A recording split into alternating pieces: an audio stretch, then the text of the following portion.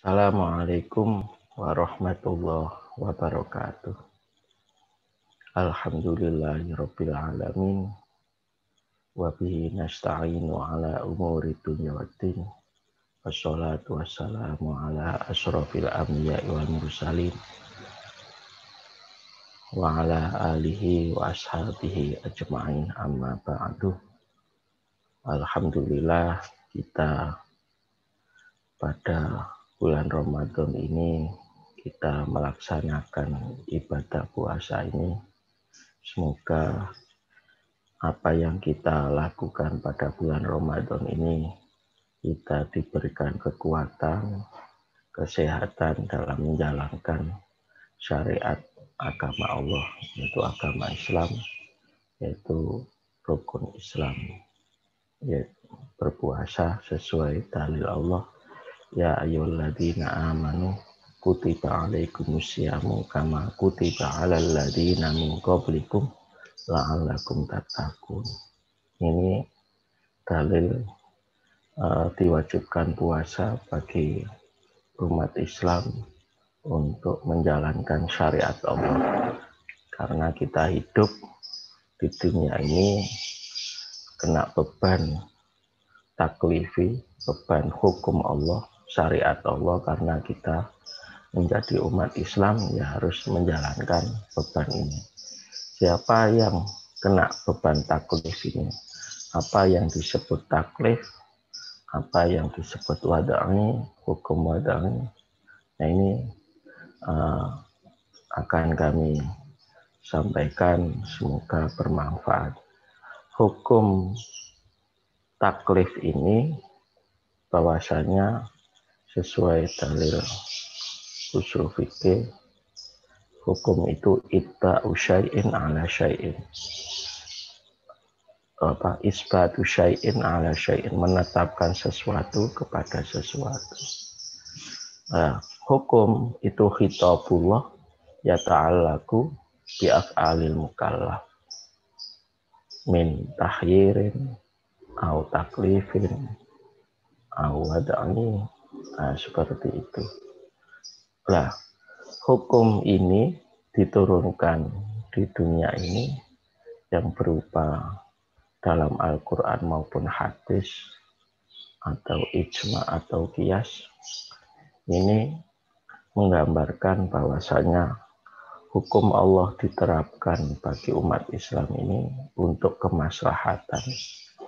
Untuk kemaslahatan bagi dianya, karena kita berhubungan tentang syariatnya Allah, harus tahu kenapa kita berpuasa, kenapa kita sholat, kenapa kita zakat, kenapa kita syahadat, kenapa kita haji.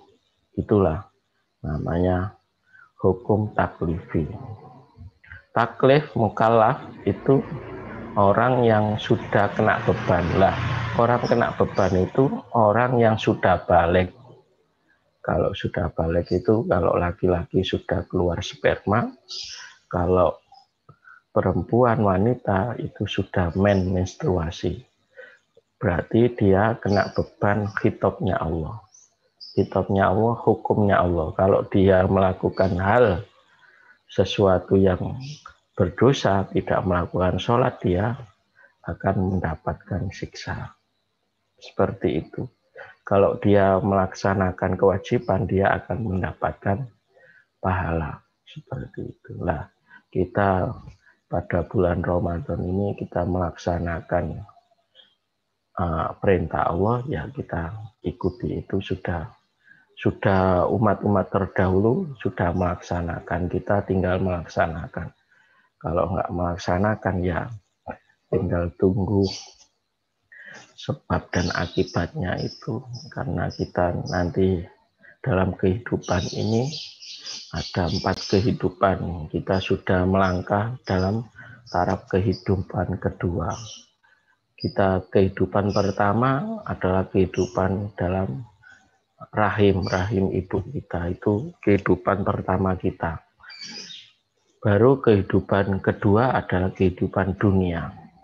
Nah, kehidupan dunia ini yang kita jalani inilah.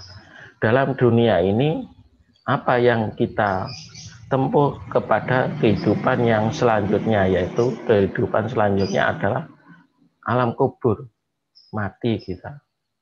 Setelah alam kubur menuju alam akhirat.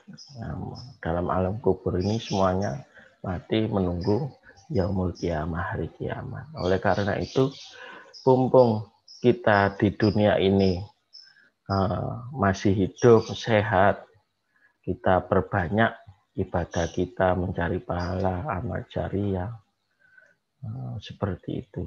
Karena dunia itu ada makalah dunia mazra'atul akhirah.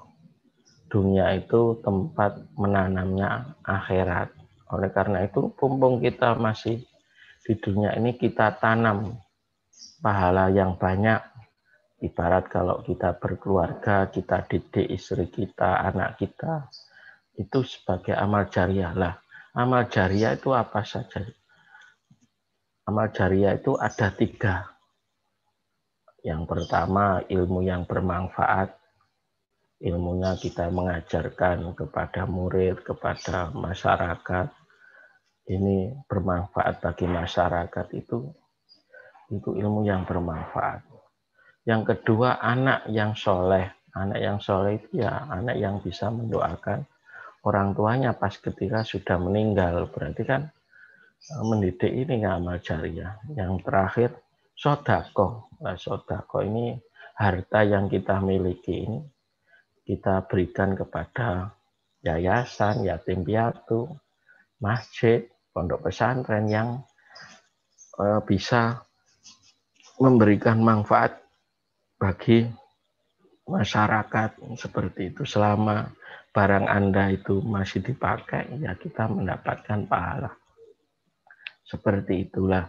Oleh karena itu, dunia itu sebagai tanaman akhirat ini kita perbanyak yang banyak. Mumpung hidup kita itu masih agak panjang, umpama saya umur ini 40, berarti kan Nabi Muhammad itu meninggalnya umur 63, berarti kan kurang 50, 60, berarti kurang 23 tahun.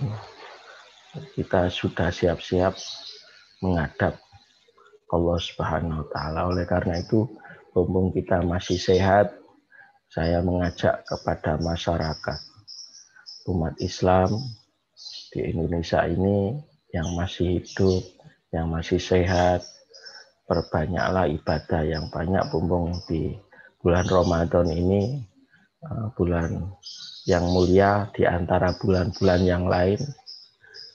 Bulan yang lain itu bagaimana? Maksudnya dalam 1 tahun itu ada 12 bulan, yang 1 bulan ini yang paling mulia. Kalau sudah tahu rahasianya bulan Ramadan, pasti manusia itu akan minta kepada Allah bulan yang 11 itu dijadikan Ramadan semuanya. Karena rahasianya Allah itu disembunyikan, ya oleh karena itu suruh fastabiqul khairat, saling berlomba-lomba dalam kebaikan. Nah, itu rahasianya tidak terbuka, hanya orang-orang tertentu saja yang tahu, seperti itu. Para aulia, para ulama, para sholihin yang diberikan keistimewaan tahu hari-hari yang mulia atau nasib seseorang yang ditentukan Allah pada malam ini atau Lailatul Qadar. Para anbiya, para nabi, para utusan kan sudah meninggal semuanya, ya tinggal para aulia ini. Yang para aulia sendiri ya dirahasiakan juga, kita ya nggak tahu siapa aulia ini. Kan pasti di setiap daerah itu pada ada kekasihnya Allah Subhanahu wa Ta'ala. Saya mengajak kepada umat Islam, para nahliyin, para warga Nahdlatul Ulama, muslimin muslimat, mumpung kita masih hidup, perbanyaklah amal ibadah soleh yang baik, dan semoga kita diterima ibadah kita oleh Allah Subhanahu wa taala. Ini puasa ke hari ke-11, nanti menuju malam-malam Lailatul Qadar. Semoga kita mendapatkan Lailatul Qadar. Lailatul Qadar itu malam 1000 bulan. Nah, kalau sudah mendapatkan itu, kalau kita ibadah satu, dihargai nilainya melakukan ibadah 1000 bulan. Nah, itu ibadahnya dilipat gandakan. 1000 bulan itu bisa dikatakan 83 tahun. Nah, seperti itu. Padahal kita hidup belum tentu 80 tahun, tapi pahalanya itu melebihi kehidupan kita. Oleh karena itu perbanyaklah. Saya sendiri ya mengajak diri saya sendiri untuk memperbanyak sendiri. Namanya nanti amal ibadah itu dihisab itu sendiri-sendiri.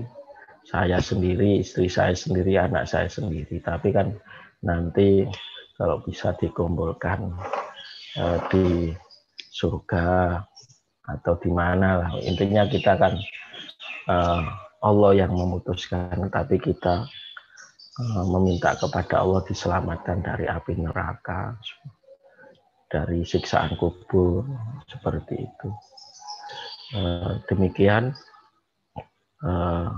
dari saya. Apabila ada kata-kata yang menyinggung Anda, menyinggung semua umat Islam, saya mohon maaf.